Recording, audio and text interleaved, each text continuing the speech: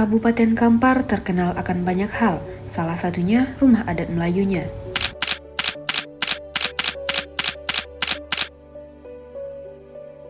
Kelurahan Pulau merupakan salah satu kelurahan yang ada di Kecamatan Bangkinang Seberang, Kabupaten Kampar.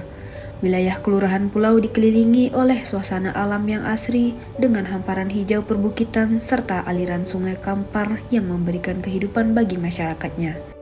Selain itu, kawasan ini juga dikenal karena masyarakatnya yang ramah dan menjunjung tinggi adat istiadat Melayu.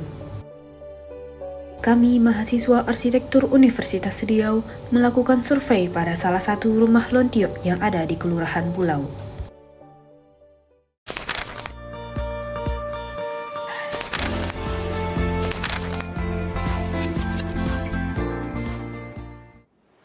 Survei ini kami lakukan sebanyak 2 kali, yakni pada tanggal 17 dan 22 November 2024. Objek survei merupakan rumah lontiok yang terletak di Jalan Bodi, Kelurahan Pulau, yang dimiliki oleh Bapak Effendi.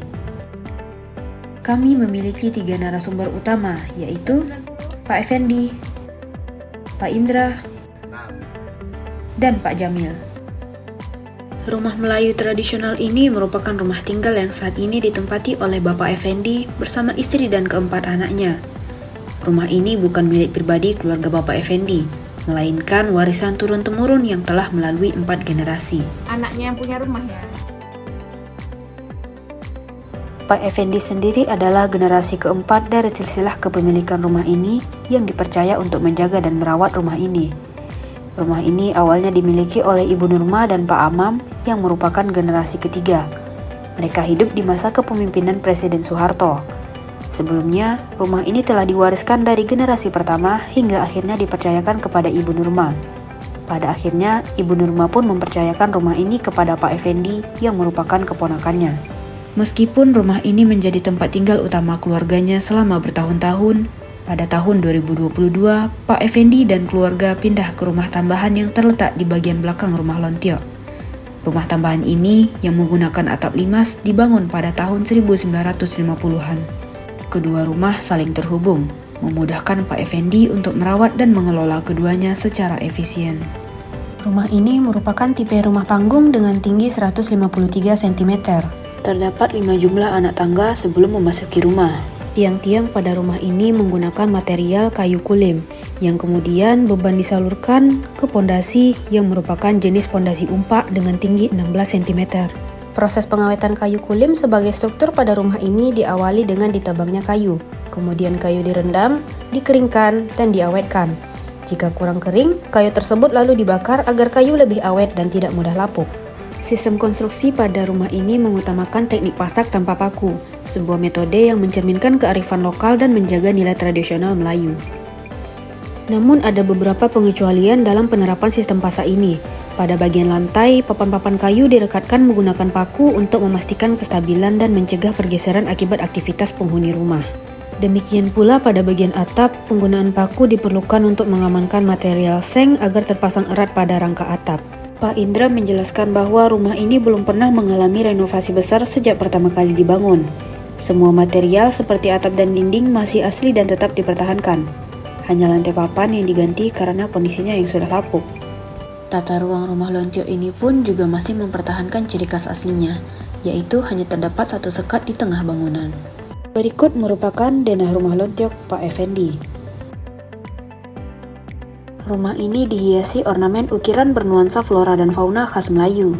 Di antaranya motif awan larat pada pintu masuk rumah, motif kalu pakis pada jendela, tangga, dan dinding bagian luar, motif pucuk rebung pada setiap anak tangga, dan motif telingkai pucuk bintang beralih masih pada area pintu masuk rumah.